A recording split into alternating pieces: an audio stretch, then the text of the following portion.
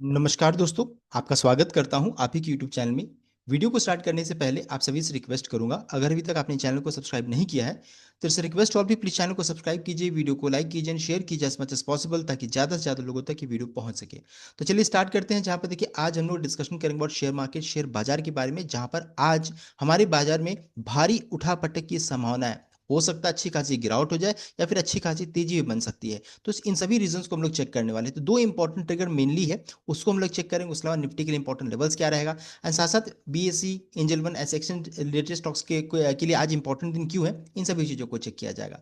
तो सबसे पहले चीज़ देखिए, अगर चेक करेंगे तो निफ्टी में लगातार ये 9वां दिन तक देखिए पूरा फ्री फॉल यहाँ पर देखने को मिला। अब ये देखने वाली बात है कि आज के दिन में ये यहाँ पर से उछाल होता है या फिर गिरावट यहाँ से और बढ़ जाते हैं, ये देखने वाली बात है। 9 डेज, 9 दिनों से हम लोग लगातार गिर रहे हैं। अब देखिए, सबसे पहला चीज कि गिरावट क्यों हो सकती है या फिर उछाल क्यों हो सकता है, उसको जानना जरूरी है। तो सबसे पहले चीज अगर चेक कर लें कि डाउ की क्या स्थिति है, क्लोजिंग कैसा था, तो हम लोगों ने पहले भी डिस्कस किया था कि अमेरिका बाजार हमेशा देखिए अपने बाजार को तो ग्रीन में क्लोजिंग देता है, लेकिन वर्ल्ड मार्केट के लिए प्रॉब्लम यहाँ पर होता है। तो यहाँ पर देखिए डाउ जोन्स का कल का क्लोजिंग भी बहुत ही अच्छा था। अच्छा देखिए उछाल के साथ क्लोजिंग देखने को मिला, जितना भी चेक कीजिए, स्मॉल कैप चेक कीजिए, नास्डैक चेक कीजिए, सब में यहाँ पर उछाल के साथ क्लोजिंग देखने को मिला है। लेकिन फ्यूचर्स को चेक कीजिएगा अभी अभी के समय में, तो फ्यूचर्स में लगभग 150 पॉइंट का डाउ जोन्स में गिरावट देखने को मिल रही है। टेक्नोलॉजी में चेक कीजिएगा तो लगभग 116 पॉइंट्स का, तो यानी कि डाउ फ्यूचर्स में अमेरिकी बाजार में दबाव देखने को मिल रहा है, गिरावट देखने को मिल रही है। तो ये थोड़ा सा नेगेटिव हो गया। खुद तो अच्छा क्लोजिंग हुआ लेकिन फ्यूचर्स में गिरावट देखने को मिल रही है। दबाव क्यों हो रहा है उसको हम लोग आगे चेक करने वाले हैं। अब देखिए दुनिया में कहीं भी कुछ हो जाए तो उसका सीधा सीधी असर ये दो मार्केट में तो खास कर पड़ता है, हमारे मार्केट में साथ साथ निकी में जरूर पड़ता है। निकी में चेक कीजिएगा तो लगभग 1% से ज़्यादा का गिरावट है, एंड हमारे मार्केट में तो दबाव दिख ही रहे हैं, यहाँ पर देखने को मिल रहा है।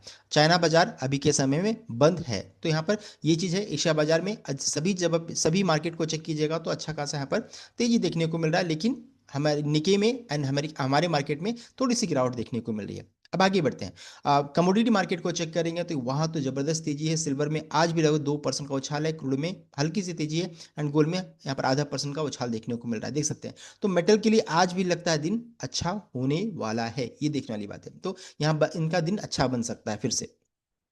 अब देखिए डाउ फ्यूचर्स में गिरावट क्यों हो रही है, मॉर्निंग आवर से क्यों गिरावट स्टार्ट हो रहा है। देखिए गवर्नमेंट शटडाउन अपीयर्स इमिनेंट, देखिए यहाँ पर गवर्नमेंट शटडाउन की बात यहाँ पर हो रही है, बंद हो सकता है। क्यों बंद हो सकता है, बिकॉज देखिए यहाँ पर एक बिल पास होना था, देख सकते हैं। गवर्नमेंट शटडाउन फ्रॉम मिडनाइट, कब से होगा, तो मिडनाइट ट्यूसडे 4 GMT में यहाँ पर देखिए आज से ये बंद हो जाएगा। तो appear to imminent after Republican backed bill to fund the government fail to gain अब मेजोरिटी इन सेनेट। तो गवर्नमेंट को जो फंडिंग करना था उसके लिए बिल पास होना था, और वो बिल कुछ रहता है यहाँ पर रिजेक्ट किया जा रहा है। The measure which was earlier this month approved by House of Representative was rejected at 55-45 votes. तो देख सकते हैं ये यहाँ पर वोट आया है। रिक्वायर्ड कितना था, तो 60 यस चाहिए था, जो उन्हें नहीं मिला। इस कारण से ये जो फंडिंग होना था, जो जो बिल पास होना था, वहाँ पर सो रिजेक्शन मिल रहा है, एंड इस कारण से फंडिंग नहीं होगा, एंड इस कारण से क्या हो जाएगा, शटडाउन यहां पर देखने को मिल सकता है। Political impasse revolve largely around disagreement over health care and insurance,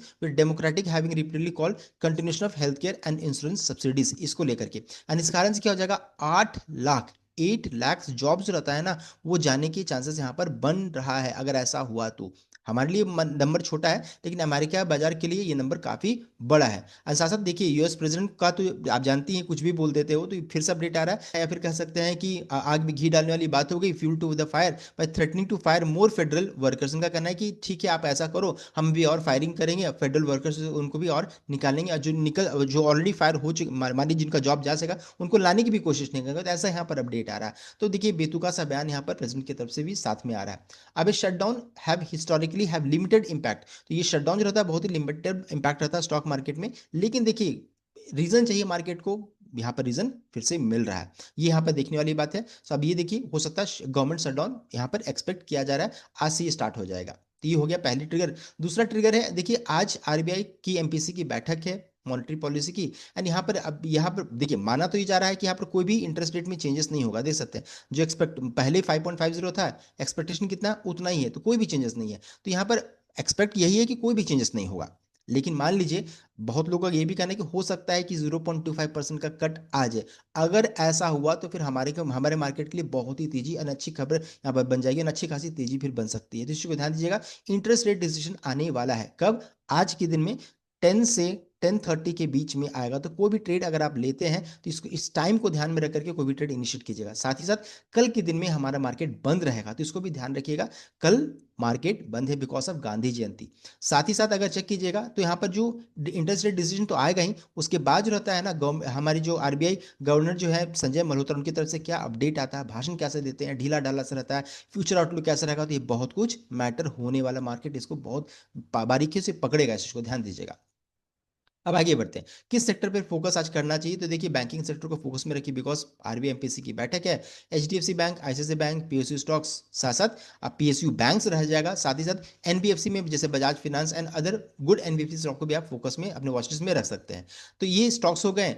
साथ ही साथ अगर चेक करेंगे यहाँ पर देखिए एक्सचेंज रिलेटेड स्टॉक के लिए फिर से एक नेगेटिव चीज है यहाँ पर, stricter future and option rule from October 1। आज से ये स्टार्ट हो रहा है। फ्यूचर ऑप्शन रूल जो रहता है, जो कड़े नियम है, स्टार्ट हो रहा है। Market wide position limit link to, देख सकते हैं, cash single stock position during ban, intraday monitoring of option. तो देखिए इंट्राडे मॉनिटरिंग भी स्टार्ट हो जाएगा। तो this steps are part of regulators broader push to curb excessive speculation. तो जो स्पेकुलेशन है उसको बंद करने के लिए आ रहा है and strengthen market stability in the equity derivative segment. तो इस कारण से किया जा रहा है। तो ये स्टॉक्स जो रहता है ना, बीएससी, एंजल वन, सीडीएसएल, अब देखिए इस चीज को लेकर के कैसा रिएक्शन देते हैं, बिकॉज ऑलरेडी इन स्टॉक में अच्छी खासी गिरावट हो चुकी है, कल भी गिरे हैं। तो अब ये देखने वाली बात है, आज से ये स्टार्ट हो रहा है तो ये गिरते हैं या फिर ये गिरावट बढ़ता है या फिर थम जाता है, ये देखने वाली बात रहेगी। तो ये स्टॉक भी आपके वॉच लिस्ट में जरूर होना चाहिए। साथ साथ एफआई का तो सहयोग मिल ही नहीं रहा है। अब ये देखने वाली बात है कि आरबीआई एमपीएससी के बाद कुछ अपडेट अब यहाँ पर से पॉजिटिविटी होती कि नहीं होती है। कल के दिन में तो उन्होंने अच्छी खासी बिकवाली किया 2327 करोड़ का कैश में। हालांकि फ्यूचर्स में चेक किया जाएगा तो 654 करोड़ का यहाँ पर बाइंग किया है। तो डेटा नेगेटिव साइड में ही देखने को मिला है। अब आगे बढ़ते हैं, निफ्टी के लिए इंपॉर्टेंट लेवल क्या रहेगा? तो देख सकते हैं निफ्टी के लिए इंपॉर्टेंट जो लेवल है 24,847, ये रेसिस्टेंस का लेवल रहेगा। तेजी बनेगी तो ये रेसिस्टेंस रहेगा। एंड अगर मान लीजिए गिरावट होती है तो ये आपका 200 मूविंग एवरेज है जो कि काफी नीचे है, उस बीच में ये सपोर्ट का रेंज रहेगा। 24,350 से 24,450 के रेंज में सपोर्ट है, ये भी टूटेगा तब फिर आपका 200 मूविंग एवरेज बहुत ही क्रिटिकल सपोर्ट रहेगा। बिकॉज इन दोनों मूविंग एवरेज के नीचे में अगर क्लोजिंग होगा तो निफ्टी का ट्रेंड फिर बेयरिश हो जाएगा। करंटली क्या है, इनडिसिसिव जोन में ट्रेड कर रही है। तो हम लोगों ने देखिए पूरा डिटेल में चेक कर लिया, अगर गिरावट होगी तो किस कारण से, अगर उछाल होगा तो किस कारण से, और अगर मान लीजिए तेजी बनेगा तो रेसिस्टेंस का लेवल क्या है, सपोर्ट का लेवल क्या है, एंड साथ साथ किस स्टॉक में फोकस करना चाहिए, सभी चीजों को हम लोगों ने डिस्कस कर लिया। तो ये था कंप्लीट अपडेट। आई होप आपको भी लाइक कीजिए, शेयर कीजिएगा, चैनल को सब्सक्राइब कीजिएगा। Thank you.